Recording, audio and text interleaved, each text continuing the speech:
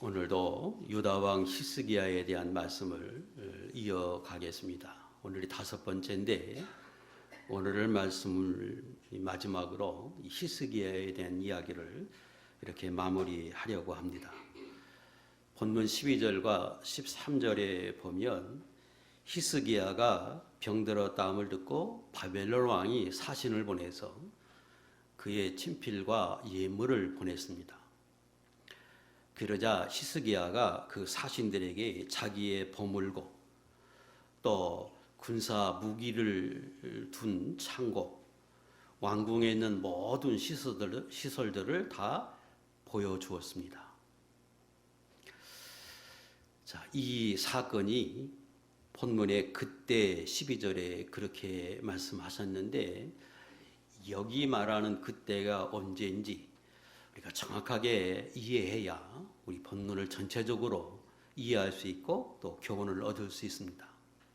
첫째, 여기 말하는 그때는 히스기야가 병이 났다가 하나님의 은혜로 완치가 되어지고 난 이후의 사건입니다.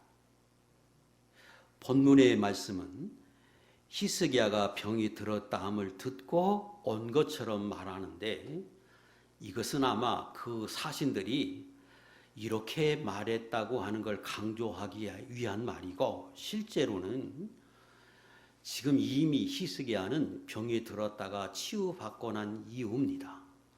이사야 39장 1절.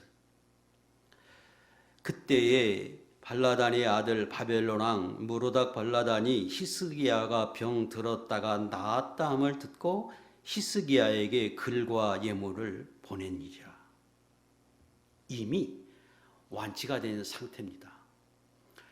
두 번째, 여기서 말하는 그때는 병이 치료받고 난 이후뿐 아니라 아수르가 이후에 2차 침입을 했는데 그 2차 침입 때에 히스기야가 하나님의 은혜로 대승을 거두고 난 이후 사건입니다. 대하 32장 22절과 23절. 아수르 왕 사네림의 손과 모든 적군의 손에서 구원하여 내사 사면으로 보호하심에 여러 사람이 예물을 가지고 예루살렘에 와서 여호와께 드리고 또 보물을 유다 왕 히스기야에게 드린지라. 이후부터 히스기야가 모든 나라의 눈에 존대하게 되었더라. 여기 예물을 드렸다고 하는 이 사람들은 지금 바벨론에서 온 사신들을 두고 하는 말입니다.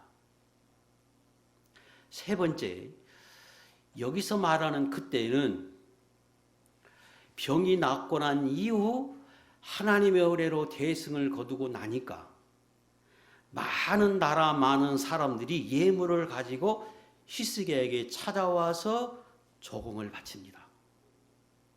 그리고 하나님이 이전에 히스기야에게 베풀어 주셨던 은혜를 회복하게 하시되 이전과는 비교하지 못할 만큼의 축복을 주십니다. 그리고 난 이후의 사건입니다. 역대하 32장 27절 이하의 말씀 읽겠습니다. 시작. 히스기야가 부와 영광이 지극한지라 이에 은금과 보석과 향품과 양떼와 온갖 보배로운 그릇들을 위하여 창고를 세우며 곡식과 새 포도주와 기름의 산물을 위하여 창고를 세우며 양떼와 많은 소떼를 위하여 성읍들을 세웠다. 너무나 많아서 새로운 성을 짓지 않으면 안 될 만큼의 축복을 주십니다. 보물도 그 보물을 보관할 창고를 다시 세울 만큼 축복을 줍니다. 그리고 난 이후에 오늘 이 사건이 있었습니다. 바벨론 왕이 사신을 보낸 그 목적이 어디 있는가 이것도 좀 살펴야 합니다. 본문에는 그들이 찾아온 목적이 당신이 병들었다고 하는 말을 우리 왕이 듣고 당신에게 가서 위로해 주라고 해서 우리가 왔습니다. 이렇게 말한 것으로 보이고 그걸 강조하기 위해서 병들었다는 말을 강조한 것으로 보입니다. 그러나 실상은 그들도 다 알고 있었습니다. 그런데 이후에 아수르라고 하는 거대한 나라의 그 많은 군사들, 조그마한 유다가 어떻게 해서 한순간에 그들을 물리치고 승리할 수 있었는가? 비결이 도대체 뭔가? 그걸 알아보기 위해서 찾아왔습니다. 역대하 32장 31절. 그래서 병문안을 온 것처럼 말하고 위로하고 하지만 실상 비결을 물어봅니다. 그러나 바벨론 방백들이 히스기야에게 사신을 보내어 그 땅에서 나타난 이적을 물을 때 도대체 어떻게 당신들은 그 강력한 아수르 군대를 물리쳤습니까?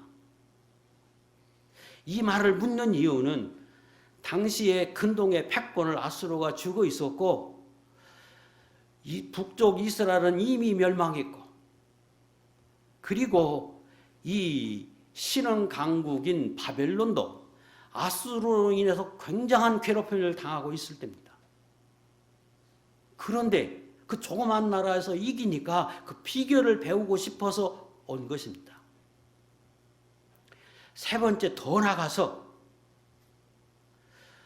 유다는 도대체 군사력이 얼마나 있고 그들이 어떤 환경에 있는지를 염탐하러 왔습니다.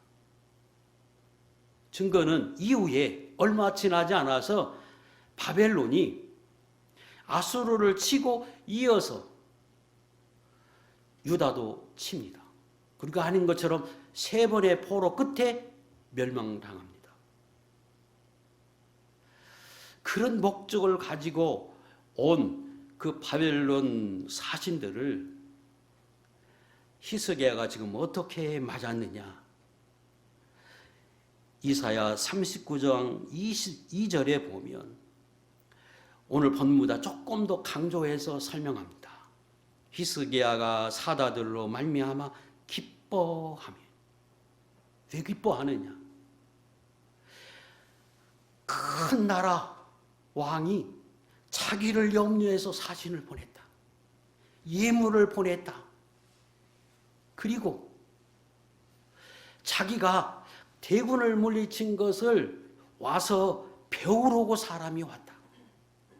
그리고 자기를 지극히 높여주니까 대단히 좋아했습니다. 그리고는 모든 창고를 다 열어서 보여줍니다. 심지어 군사 무기를 담은 창고까지 보여줍니다. 이게 성경에서 여러 군데에서 강조해서 기록을 했습니다. 오늘 본문 14절 그때에 선지자 이사야가 히스기야를 찾아옵니다. 그리고 묻습니다. 지금 온 사람이 누구고 그들에게 무슨 말을 했느냐? 그리고 그들이 어디를 보았느냐 하고 묻습니다. 그러니까 히스기야가 대답하기를 바벨론에서 온 사람이요 내가 그들에게 모든 것을 다 보여줬습니다 하고 대답합니다. 지금 히스기야에게 찾아온 이사야 선지자는 어떻게 보면 스스로 온 것처럼 보이는데 사실은 하나님이 보내서 온 사람이었습니다. 증거는 16절에 이사야가 히스기야에게 이야기하기를 하나님이 당신에게 하는 말을 들으십시오 이렇게 이야기합니다. 그 말은 하나님이 나를 보내서 당신에게 이렇게 말하라고 했습니다. 그래서 왔습니다. 그런 뜻이죠. 그러면 왜 하나님이 이사야 선지자를 보냈을까?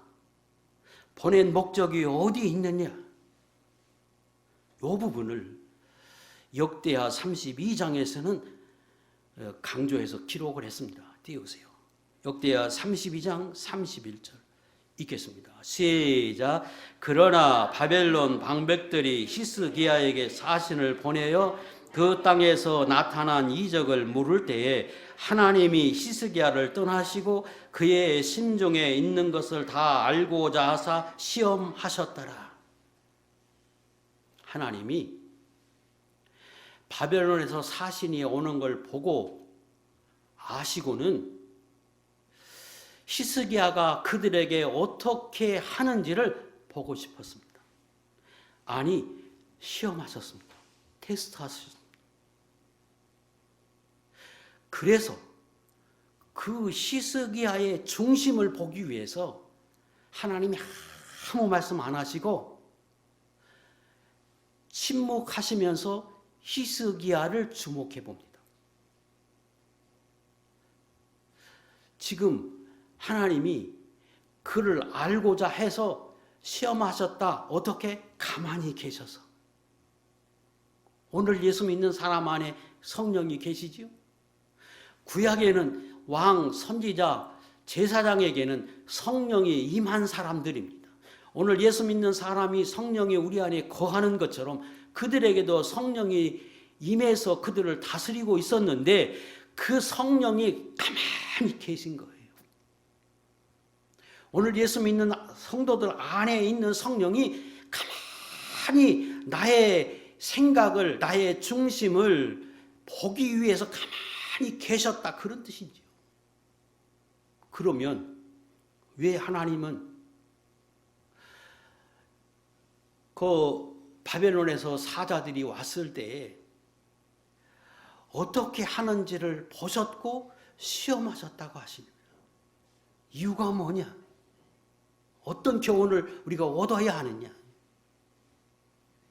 그것은 이전에 하나님이 히스기야의 참 믿음 좋은 걸 칭찬하셨습니다. 그의 조상 다윗을 본받아서 정직히 하나님 앞에서 행했다. 그래서 하나님이 기뻐하심으로 그와 함께해서 형통한 사람이 되도록 하셨는데 그의 신앙이 어느 정도로 하나님이 기뻐하셨느냐 그러면 하나님과 마치 연합함, 한 몸처럼 그는 하나님을 철저히 의지해서 모두 우상을 다 철폐했습니다. 그리고 하나님 말씀하시면 그대로 순종하며 산 사람이었습니다. 그래서 하나님이 그 이사야 선지자를 통해서 그 기뻐하심을 그에게 드러냈고 형통한 삶을 살도록 만들어 주셨습니다. 그런데 하나님이 그를 가만히 중심을 살필 때에 부족한 게 하나 있었다.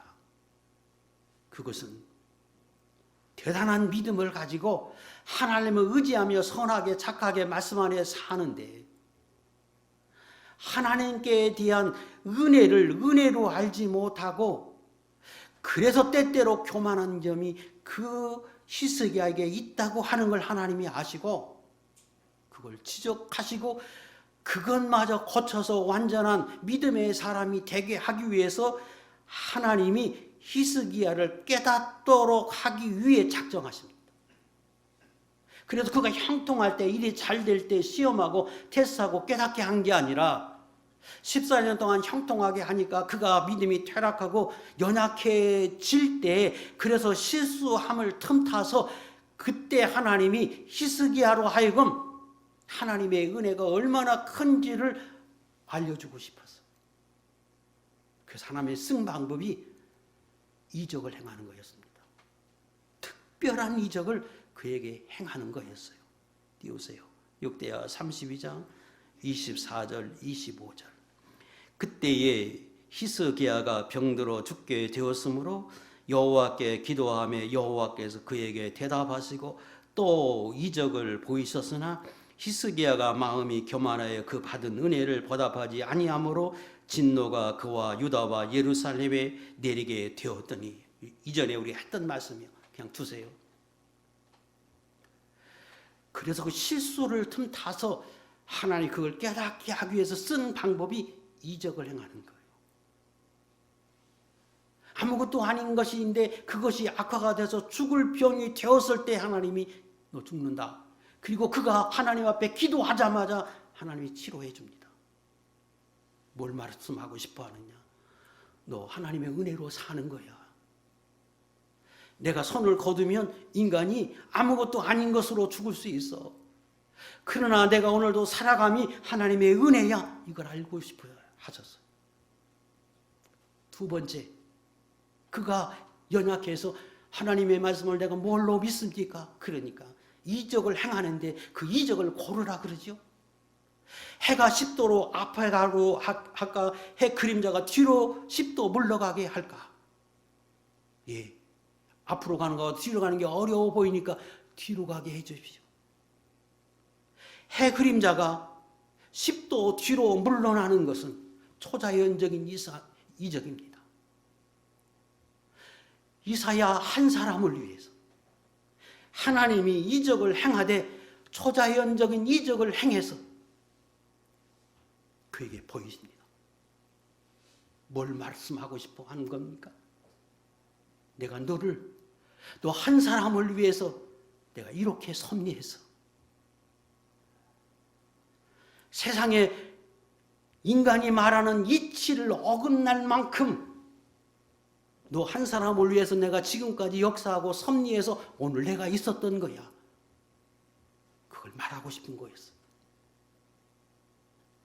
그래서 히스기야로 하여금 분명히 믿음으로 산 사람이죠. 성실하게 산 사람이에요. 그럼에도 불구하고 그 모든 게 하나님의 간섭과 인도하심 속에서 그렇게 되어졌다고 하는 걸 철저히 깨닫게 하기 위해서 하나님의 쓴 방법이었습니다. 내 인생이 내가 이렇게 열심히 수고해서 믿음으로 살아서 이런 축복을 받았지만 그거 은혜다. 세상에 나보다 훨씬 더 훌륭하고 더 많이 배우고 착하고 헌신하고 그리고 희생적이고 도덕적으로 산 사람이 많지만 모두가 다 하나님의 자녀가 된 것도 아니고 천국에 들어간 것도 아니고 그들이 노력한 만큼 수고해서 거둔 것도 아닌데 하나님 나 같은 사람을 사랑해서 인도해 줬다고 하는 그 사실을 철저히 깨닫게 하기 위해서 하나님이 쓴 방법이었어요. 오늘도 세상에 수많은 사람들이 열심히 살아 큰 부자가 됩니다.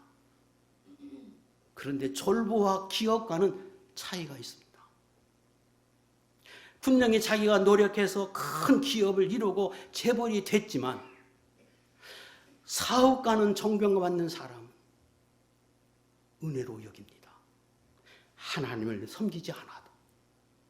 그래서 사회에 어떻게 하는지 공헌을 하고 살고 싶어 하고 그렇게 살려 합니다. 이유는 노력은 자기가 있지만 자기가 출세하고 부자가 되기까지는 이 사회 전반적인 시스템 안에서 가능한 거지. 자기 혼자의 힘으로는 절대 이룰 수 없는 것입니다.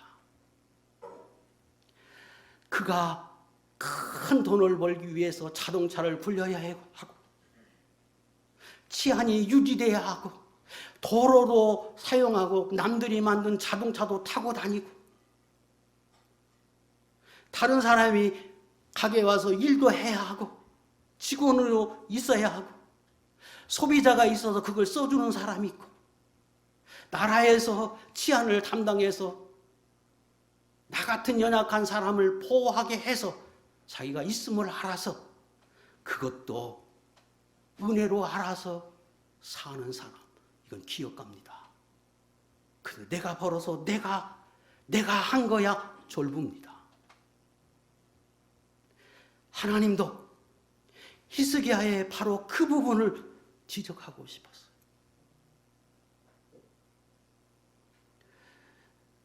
그리고 이제 다시금 히스기야에게 믿음을 주어서 회복하게 해서 이전과는 비교하지 못하는 큰 은혜로 더 존귀한 사람이 되게 하고 더 부유하게 하고 그리고 난 뒤에 하나님이 그의 마음을 달아보시기를 원하셨어요. 이제 깨달았을까? 이제 그런 사람이 되었을까?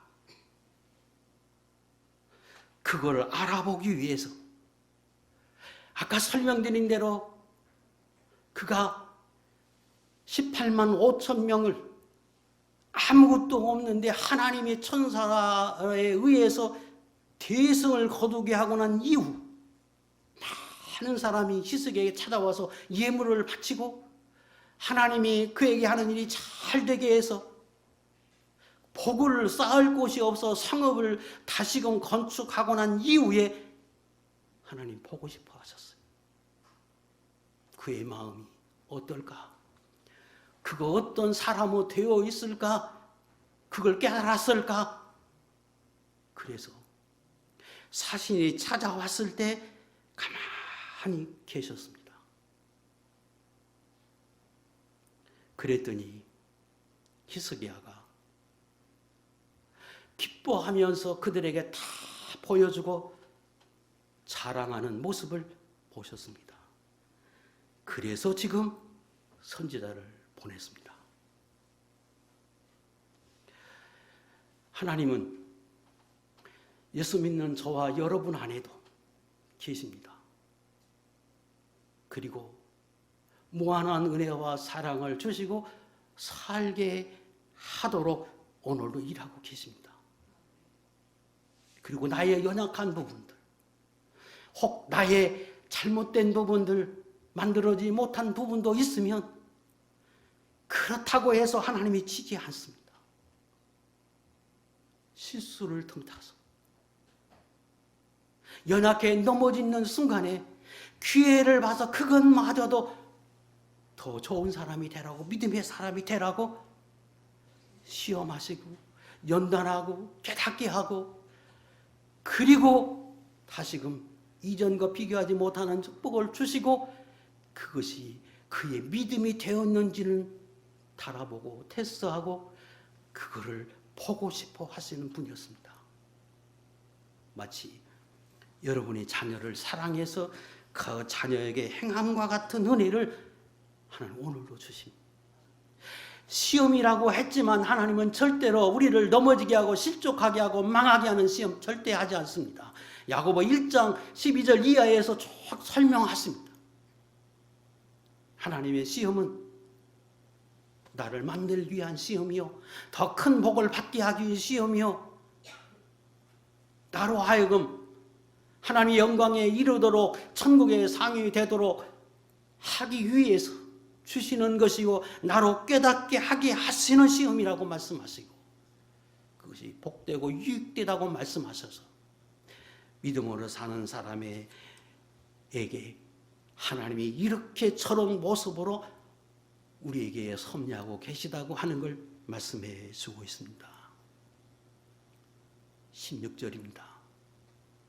그때 이사야가 하나님의 시험 끝에 하나님의 보내심을 받아서 이제 하나님의 말씀을 듣습니다. 하나님이 이렇게 말씀하십니다. 17절 여호와의 말씀의 날이 이르리니 왕궁의 모든 것과 왕의 조상들이 오늘까지 쌓아두었던 것이 바벨론으로 옮긴 바 되고 하나도 남지 아니할 것이요, 또 왕의 몸에서 날 아들 중에서 사로잡혀 바벨론 왕궁의 환관이 되리라 하셨나이다. 그때 히스기야가 이런 일들이 내 때에 이루어지지 않고 이후에 이런 일이 일어난다고 하니 하나님 참 감사합니다. 그것도 은혜입니다. 이렇게 말하고 21절 히스기야 이후에 그 아들 므낫세가 왕이 되었다. 이렇게 히스기야에 대한 말씀을 마무리하고 있습니다. 지금 히스기야에게 와서 이사야가 하나님의 말씀을 전해준 그 말씀 속에서 우리가 어떤 교훈을 얻어야 하느냐, 무엇을 할 수 있느냐 하는 겁니다. 첫째, 자랑하는 것은 절대 복이 되지 못한다는 사실입니다. 지금 하나님이 가만히 살펴봤어. 그랬더니 히스기야가 자기를 높여주니까 으쓱하고 좋아하면서 기뻐하면서 모든 것을 다 드러내 자랑하고 보여줬습니다. 그리고 하나님이 그것을 보고 이사야를 보내서 지금 말씀하셨습니다. 예수 믿는 사람, 하나님 앞에서 자랑하는 것은 하나님의 영광을 취하는 것이 되므로 옳지 않다. 그 모습은 자신이 하나님의 은혜를 은혜로 알지 못하는 것을 드러낸 믿음 없음이 드러내는 행위이기에 복이 되지 못한다. 이걸 말해주고 있습니다. 그래서 그 결과가 믿음으로 행한 모습이 아니기에 자기 것이 되지 못하고 오래 누리지 못하고 내 영원한 상금이 되지 못한다고 하는 사실을 지금 말해주고 싶어서 이렇게 기록하게 하셨습니다. 예수 믿는 사람은 철저히 모든 것이 하나님의 은혜임을 알고 그리고 끝까지 그 하나님의 은혜를 고백하는 사람이 될 때 하나님의 주신 은혜를 하나님께 영광을 돌리는 것이 그것이 내가 받은 하나님의 은혜를 감사하는 것이 돼서 그것이 내 것이 되고 내 믿음화 된다고 하는 사실을 잊지 말아야 합니다. 시편 12편 3절 여호와께서 모든 아첨하는 입술과 자랑하는 혀를 끊으신다. 이 말은 범사의 모든 것을 자랑하고 사는 사람, 자랑하지 못하게 하시겠다 그런 뜻입니다. 이사야 시편 49편 6절로 8절의 말씀 읽겠습니다. 시작. 자기의 재물을 의지하고 부요함을 자랑하는 자는 아무도 자기의 형제를 구원하지 못하며 그를 위한 속전을 하나님께 바치지도 못할 것은 그들의 생명을 성량하는 값이 너무 엄청나서 영원히 마련하지 못할 것임이니라. 그냥 두세요.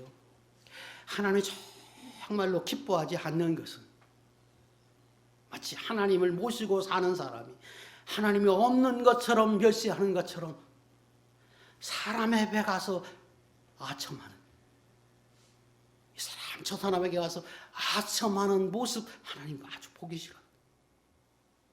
또 하나 하나님의 은혜인데 하나님이 하신 것인데 그걸 다 드러내 자기의 영광을 취하고 자랑하는 모습 하나님이 기뻐하지 않는다. 그것이 형제를 구원하지 못한다고 하는 말은 그런 사람은 절대 구원받지 못한다고 하는 의미가 아니고 이 말 속에는 이런 의미가 포함되어 있습니다. 이후에 다시 설명을 드리겠지만 출애굽기 20장 6절에 보면 믿음의 사람이 믿음으로 행하면 그 행위가 하나님이 기쁘시게 하고 그 기쁘시게 함이 말씀을 지키고 하나님을 기쁘시게 하는 삶이 천대까지 가게 한다. 천대까지 그 영향을 미쳐서 복이 되도록 하나님 만들어 주신다 하는 말씀이 있습니다. 그런데 아무리 선대에서 조상이 훌륭한 덕을 쌓고 그래서 하나님이 천대까지 복을 주고 싶어 해도 이런 류의 사람에게는 그 복이 미치지 못한다 그런 뜻이에요. 왜? 너무 하나님을 기쁘시게 하지 못하는 모습이기에 아무리 조상에서 덕을 쌓고 훌륭한 믿음으로 후대에 영향을 미쳐도 이렇게는 이런 사람에게는 영향을 미치지 못한다 그런 뜻으로 하신 말씀이에요. 그만큼 하나님이 싫어하신다는 겁니다. 누가? 예수 믿는 사람. 두 번째 깨닫는 건 은혜를 은혜로 알지 못하면 상실해요. 자랑하는 것과 은혜를 알지 못한 건 같아요. 그런데 제가 그걸 구별해서 다시 한번 말씀드리는 건 감사와 그리고 은혜를 아는 것과 별개로 여기고 자랑하는 것과 별개로 여기는데 사실은 하나로 묶여져 있어요. 다 은혜이다 그러면 자랑할 게 뭐 있어요? 다 은혜인데. 다 은혜인 줄 알면 어떻게 교만합니까? 사람 앞에 하나님 앞에 교만할 수 없지요. 왜? 다 은혜인데.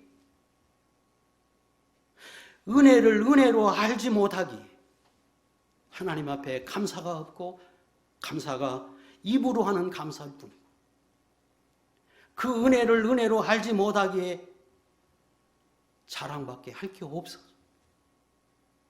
그러면 하나님의 영광을 다 자기가 취한 것이 돼서 아무런 상이 되지 못한다. 은혜 되지 못하고 복이 되지 못한다. 이걸 말씀해 주고 싶어 하셨습니다. 그래서 시편 49편에 그 외의 자랑을 쭉 설명하면서 마지막에는 뭐라고 결론을 맺느냐. 49편 17절 이하에 맨 끝에 종기 하나 깨닫지 못하는 사람은 멸망하는 짐승 같다고 말씀하시면서 그 앞에 감사를 이야기합니다. 같은 차원이요. 같은 맥락에서 설명하고 계십니다. 두 번째 우리가 깨닫는 것은 믿음의 사람 한 사람의 영향이 대단히 크다는 겁니다. 본문의 말씀이 어떻게 보면 오해하기 쉬운 말씀이에요. 이렇게 이해할 수 있죠. 문자적으로 보면 히스기야가 하나님 앞에 감사하지 못하고 다른 사람에게 다 자랑해서 히스기야 때문에 이후에 그들이 바벨론의 포도가 되고 바벨론의 모든 거 다 빼앗기고 그 후대 중에 누가 바벨론에 붙잡혀가서 황간 내시가 될 거다. 그렇게 들리는 말씀처럼 보여요. 절대 본문은 그런 의도로 한 말씀이 아닙니다. 본문의 의도는 히스기야 때문에 그 이후에 그런 일이 생긴다고 하는 것처럼 보이지만 반대의 뜻으로 이 말씀을 하셨습니다. 이게 무슨 말인가 조금 설명이 필요한데 다윗을 예로 들어서 설명해 보겠습니다. 띄워보세요. 왕상 11장 12절 이하에 성경에 다윗을 위하여 이렇게 단어를 쳐서 성경을 검색하면 11번 이상 나옵니다. 무슨 말이 나오느냐? 하나님이 다윗을 위해서 그의 후대에 내가 그에게 이런 은혜를 입히고 그들에게 재앙을 면하게 했다. 누구 때문에? 다윗 때문에. 너의 조상 다윗 때문에 내가 너에게 이런 은혜를 준다고 성경에 무려 10번 이상 언급되어 있어요. 왕상 11장 12절 그러나 내 아버지 다윗을 위하여 내 세대에는 이 일을 행하지 아니하겠다. 왕상 15장 4절 그의 하나님 여호와께서 다윗을 위하여 예루살렘에서 그에게 등불을 주시겠다. 왕하 8장 19절 여호와께서 그의 종 다윗을 위하여 유다 멸하기를 즐겨하지 아니하겠다. 지금 히스기야에 대한 말씀을 배우고 있는데 그 히스기야에게 하신 말씀 중에도 다윗을 위해서 다윗 때문에 이런 은혜를 준다고 하는 말씀이 2번 등장합니다. 띄우세요. 왕하 19장 34절 내가 나와 나의 종 다윗을 위하여 이 성을 보호하여 구원하리라. 예루살렘을 보호해 주겠다는 거예요. 아수르로부터. 왕하 20장 6절 내가 나를 위하고 또 내 종 다윗을 위함으로 이 성을 보호하리라 하셨다 하라. 또 거듭 말씀하십니다. 믿음의 사람 한 사람이 믿음으로 살면 그 영향이 천대까지 미치게 해서 후대까지 복을 미치게 하신다. 히스기야는 이 앞에서 지금 쭉 설명드린 대로 유다와 이스라엘 분열 국가 이후 39명의 왕 중에 그 3대 왕 하나님을 기쁘시게 했던 믿음의 사람 3사람 중에 한 사람입니다. 그래서 히스기야로 인하여 하나님이 복이 후대에도 미친다고 하는 말을 이렇게 표현한 거예요. 이게 무슨 말인가 하면 히스기야가 믿음으로 살았다. 그래서 후대에도 하나님의 복을 줄 것인데 히스기야의 그 믿음으로 산 것 때문에 후대에게 복을 줄지라도 나중에 유다가 멸망을 하고 바벨론에 포로되고 다 빼앗기는 일에 관해서 그것을 막을 만큼의 공력은 되지 못한다. 왜? 하나님이 시험해 보니까 히스기야가 완전하게 하나님이 기뻐하는 그런 믿음의 단계까지 가지 못함을 보고 아쉬워서 하신 말씀이에요.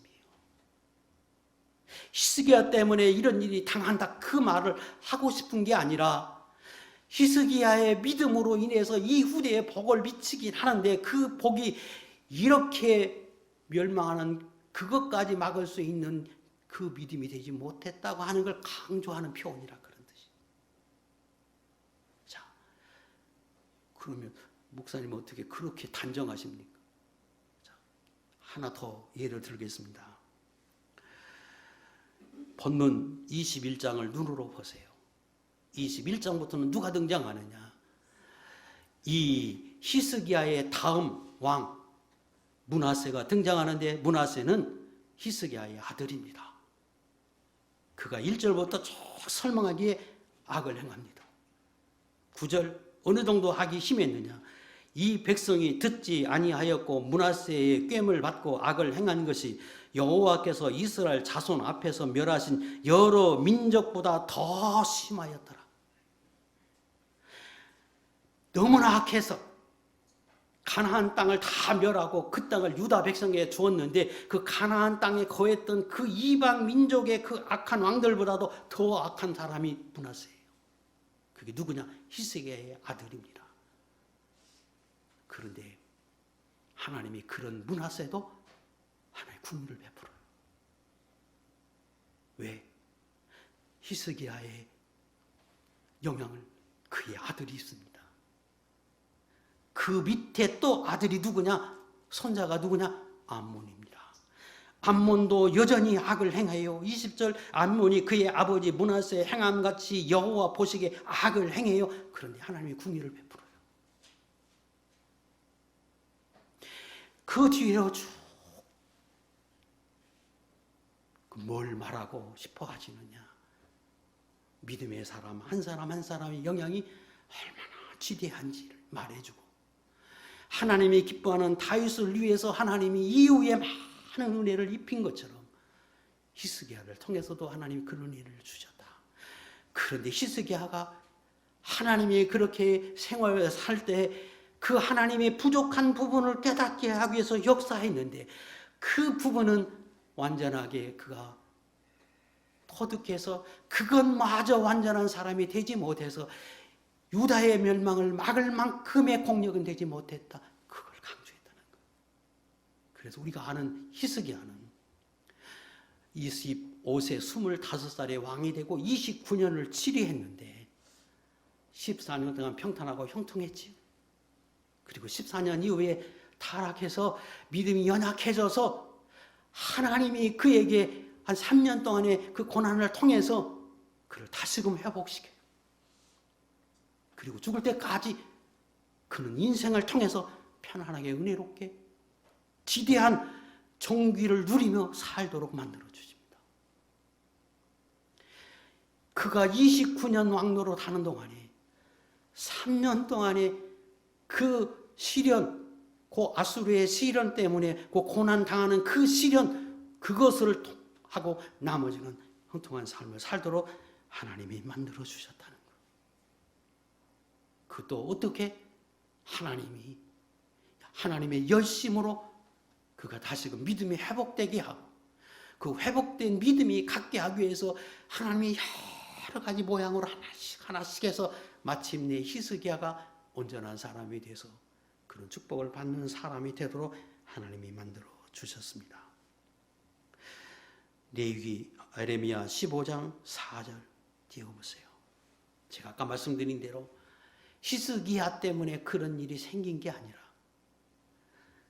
에레미야 15장 4절에는 이후에 유다가 그런 고난을 겪는 건 그의 아버지를 본받지 못하고 극악한 왕, 어찌 보면 최고 악한 왕으로 산 므낫세로 인하여 그들이 바벨론에 포로되고 끌려가고 이런 일을 겪게 될 것이라고 말씀하십니다.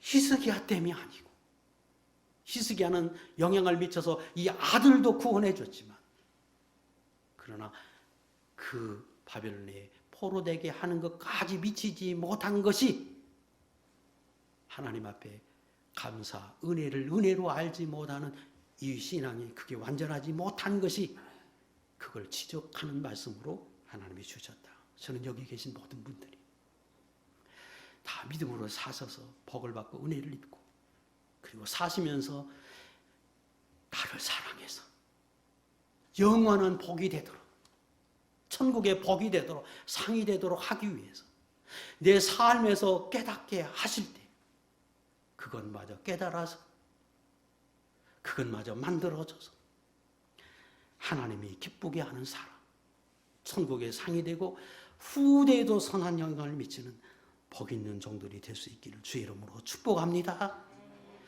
네 번째, 하나님은 반드시 본인의 믿음의 결과를 얻게 하십니다. 어떻게 보면 히스기야 때문에 고난을 겪는 것처럼 말씀하셨는데 그게 아니라 설명했지요. 히스기야는 대단한 믿음을 가진 사람입니다. 그래서 하나님이 이렇게 말씀하시고 그의 사는 날 동안 존귀한 자리에 그는 살게 만들어주고, 히스기야가 예, 하나님 저를 그렇게 해주시니 감사합니다 하고 오늘 본문에 감사하고 있습니다. 그의 믿음의 결과를 그가 받게 하십니다. 므낫세 아주 악한 왕, 성경에 극악한 왕으로 표현되어 있는 그 히스기야 아들, 아버지의 응덕으로 왕 유지하고 그리고 어느 정도 평안하게 살게 했지만, 그가 너무나 악하게 산 결과로 마지막 인생의 끝날 부분에는 그 결과를 얻게 하십니다. 띄우세요.